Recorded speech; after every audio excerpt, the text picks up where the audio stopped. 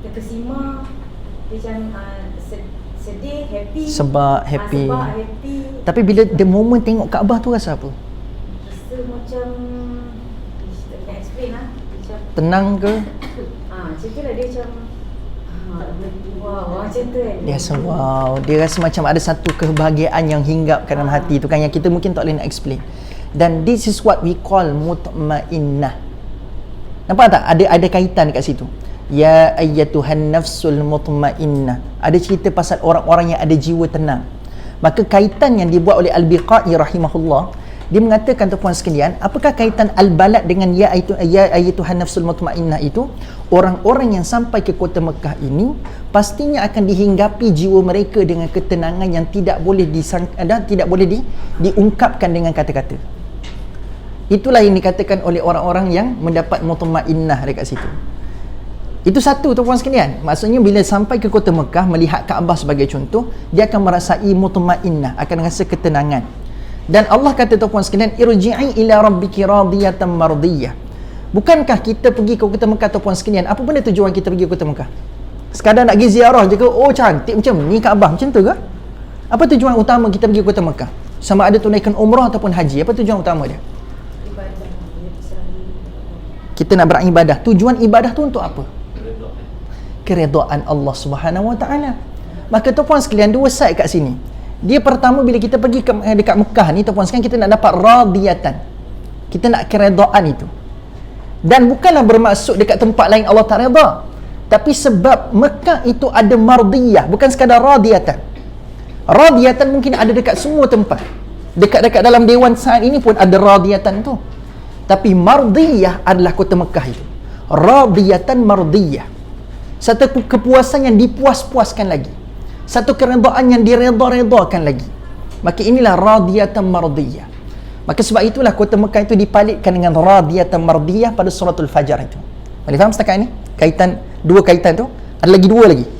Dua kaitan pertama adalah akan dihinggapi ketenangan bagi mereka yang melawat di kota Mekah. Yang kedua adalah Allah akan berikan apa tadi tuan-tuan sekalian? Keredaan, dan kota Mekah itu, keredaan itu akan berganda sebab radiyatan mardiyah. Fadkhuli fi ibadi. Dan bila kita pergi ke kota Mekah tuan-tuan sekalian, apa yang kita nak bina dalam diri kita? Jiwa kehambaan. Kan? Sebab itu Allah kata fadkhuli fi ibadi, jadilah hamba-hambaku.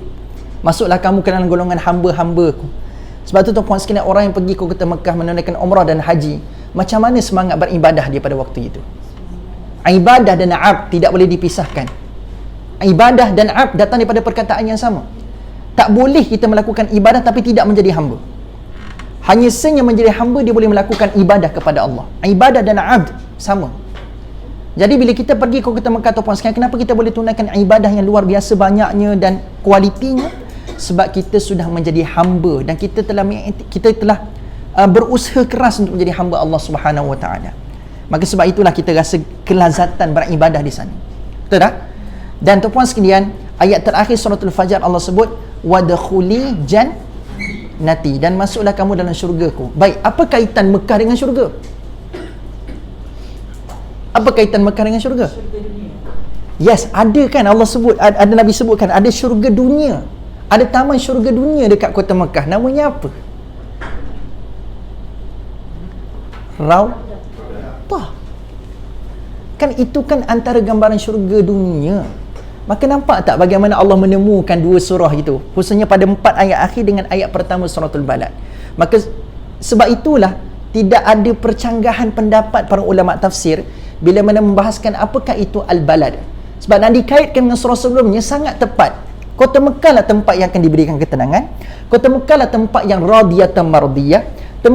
Kota Mekah juga adalah tempat yang ramai orang boleh membina jiwa kehambaan yang sangat tinggi. Dan kota Mekah juga lah ada terpalitnya syurga dunia, namanya Raudhah. Dalam hadis Nabi. Nabi ada sebut pasal benda tu. Siapa yang berdoa dekat situ akan dimakbulkan doanya. Sebab itulah ramai orang bergebut nak masuk Raudhah ni tuan-puan sekalian. Tapi tak semua diberi peluang untuk masuk dalam Raudhah ni. Puan sempat masuk Raudhah? Oh, waktu kecil. Masuk Raudhah. Haji Aziz kita pernah masuk Raudhah. Masuk Dia Rasanya mutawif memang akan cerita banyak fadilat dekat tempat ni. Antaranya banyakkan berdoa, banyakkan untuk melakukan ibadah-ibadah. Pernah sampai juga masa Raudah ke? Sebab masa tu kalau macam saya tengah pack masa tu kan, Dia masa pack. haji. So dapat sembahyang dekat lepas tu dia suruh Dia suruh pergi dah kan. Sebab itulah kalau boleh kita manfaatkan waktu. Sebab sekarang ni dengan restriction yang ada, waktu dululah kan, sebelum PKP tu kan, dia tak boleh lama dekat tu. Dapat masuk sekejap pun kita dapat nikmat dah, dapat. Dan satu kenikmatan luar biasa. Siapa yang pergi haji masuk Raudah lagi, memanglah orang boleh tabis pering kat dia. Sebab susah, time haji ni ramai berganda orang pergi haji ni. Lagi susah nak masuk. Jadi tuan-tuan sekalian, Raudah ni antara benda yang dikatakan syurga dunia. Sebab tu orang berebut sangat nak masuk. Doa dekat salam tu dikatakan dimakbulkan oleh Allah Subhanahu Wa Taala. Tapi jangan pula kita berimam macam ni tau. Ustaz, saya dah pernah masuk Raudah. Saya dah minta Allah bagi sejuta kat saya. Tak masuk-masuk pun sejuta dalam akaun saya ni. Tak, tuan-tuan sekalian bukan macam tu. Kadang-kadang kena ingat tau, pemakbulan doa Allah ni, dia bukan ikut timeline kita. Anda faham? Okay, sebab ramai orang pada hari ini bila berdoa pada Allah, dia nak paksa Allah ikut timeline dia. Itu salah. Sebab doa ni adalah aktiviti kehambaan ke aktiviti anda nak menunjukkan macam mana doa ni adalah orang kata benda aktiviti ibadah, aktiviti kehambaan. Maka adakah layak bagi seorang hamba untuk memaksa Allah mempercepatkan ataupun perlambatkan sesuatu? Tak boleh. Kan? Tak boleh. Termasuk dalam doa. Meskipun kita desperate on something, kita tak berhak mendesak Allah. Kita just boleh meminta dengan penuh kehambaan sahaja.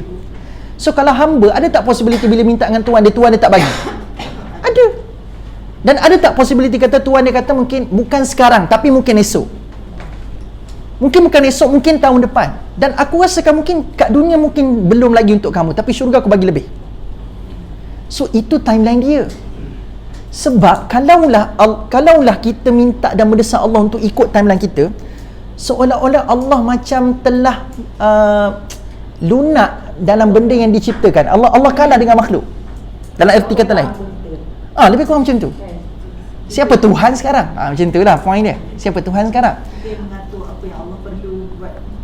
Sebab siapa yang lebih tahu kehidupan kita ni, apa yang kita perlukan, apa yang kita tak perlukan? Siapa lebih tahu? Allah lebih tahu. Kita ni sekadar tahu dengan ilmu kita. Ilmu kita ni terbatas. So bila ilmu kita terbatas semua sekalian, kita tahu apa je. Yang Allah Maha tahu tentang kehidupan, dia lebih tahu bila nak masuk, bila nak berikan benda tu, dia lebih tahu pasal benda ni. Sebab masa ni siapa cipta? Allah cipta. Betul tak tuan? Nabi Yusuf alaihissalam ataupun sekian, kalau anda rasa macam nak sangat sesuatu nikmat tu berlaku dengan cepat, belajar daripada Nabi Yusuf alaihissalam. Nabi Yusuf alaihissalam diuji plus minus, dikatakan oleh riwayat Israiliyat, plus minus ujian yang dilalui adalah selama 40 tahun. Plus minus. Okay? Plus minus. Sebab waktu kecil lagi dah diuji dah. Kena campak dengan abah-abah dalam telaga. Kan? Lepas tu kena jual pula dengan harga yang sangat murah. Lepas tu pula kena kutip dengan Imratul Aziz. Lepas tu kena goda pula dengan Imratul Aziz. Lepas tu kena goda pula dengan wanita-wanita Mesir. Ada stop tak ujian dia? Non-stop. Anda baca surah Yusuf, ujian dia non-stop, tuan-tuan sekalian. Kemuncaknya apa? Masuk dalam penjara. Bukan salah dia pun kena fitnah dengan wanita-wanita Mesir, maka kena masuk dalam penjara. Ujian yang bersilih ganti. Non-stop Allah bagi ujian kat dia. Tapi tengok bagaimana Allah balas kesabaran Nabi Yusuf. Sebab setiap kali Allah uji dia, dia tak pernah mengeluh pun dalam setiap ujian yang Allah berikan. Dia tak ada pula dalam telaga tu bakpoi apa dia Kelantan pula tu ada. Bakpoi lah bebe ambo ni buai ambo dekat dalam telaga ni. Bakpoi Dia tak ada mengeluh, tak ada.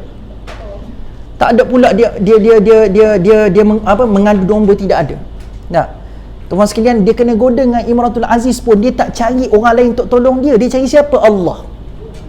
Dia kata apa benda dalam ujian yang Imratul Aziz tengah goda dia pada waktu itu. Dia cakap apa benda? Ma'adallah. Dalam banyak-banyak benda yang dia boleh minta tolong pada waktu itu, dia boleh je jerit tolong pada waktu itu. Tapi setinggi-tinggi pengharapan untuk dia bebas daripada godaan itu, dia minta pada Allah, ma'adallah. So ini antara tips dan bagaimana Nabi Yusuf ajar kalau anda diuji dengan ujian nafsu yang dahsyat. Sebagai contoh, nafsu nak harta banyak sangat sebagai contoh, nafsu terhadap benda-benda yang amarah sebagai contoh, tuan-tuan sekalian. Maka antara zikir yang baik diajarkan Nabi Yusuf, sebutlah ma'adzallah. Ma'adzallah. Sebab tu orang nama Mu'adz maksudnya apa benda? Pelindung. Ma'adzallah. Ini cerita waktu Nabi Yusuf kena uji, digoda oleh Imratul Aziz. Ma'adzah, bukan za, ma'adzallah. Ma'adzallah. Aku berlindung dengan Allah Subhanahu Wa Taala. Ini antara yang disebut oleh Nabi Yusuf waktu digoda. Itu puan sekalian, saya cakap terus terang kalau situasi kita pada hari ini digoda dengan seperti mana Nabi Yusuf digoda, agak-agak macam mana kita punya respon pada waktu tu? Sebab nak digambarkan oleh mufassirun, ahli tafsir mengatakan Imra'atul Aziz telah mendedahkan segala tarikan yang ada kat diri dia. Anda faham tak maksud dia? Telah mendedahkan segala tarikan, daripada kelunakan suara, daripada bentuk tubuh badan, semua dia dah dedahkan pada waktu itu. Dalam keadaan wa ghallaqatil abwab, pintu telah tertutup. Allah tak sebut wa ghallaqatil bab. Sebab kalau wa ghallaqatil bab maksudnya satu pintu je tertutup. Tapi Allah kata wa ghallaqatil abwab, pintu-pintu telah tertutup rapat dan terkunci. Teman sekalian, anda rasa kalau anda teruskan misi pula orang kata, kalau anda teruskan godaan itu, kalau anda boleh dengar pintu yang ketiga, kedua terbuka, anda boleh sempat prepare. Sebab Allah kata abwab, pintu telah tertutup. Dan Allah tak kata khatama, tutup saja. Wa ghallaqa terkunci.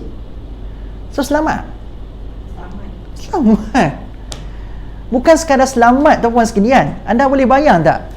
Dahlah negara non-Muslim, tempat yang bukan majoriti orang hidup dengan budaya Islam. Lepas tu pula ajakan daripada perempuan, bukan daripada dia. Kan?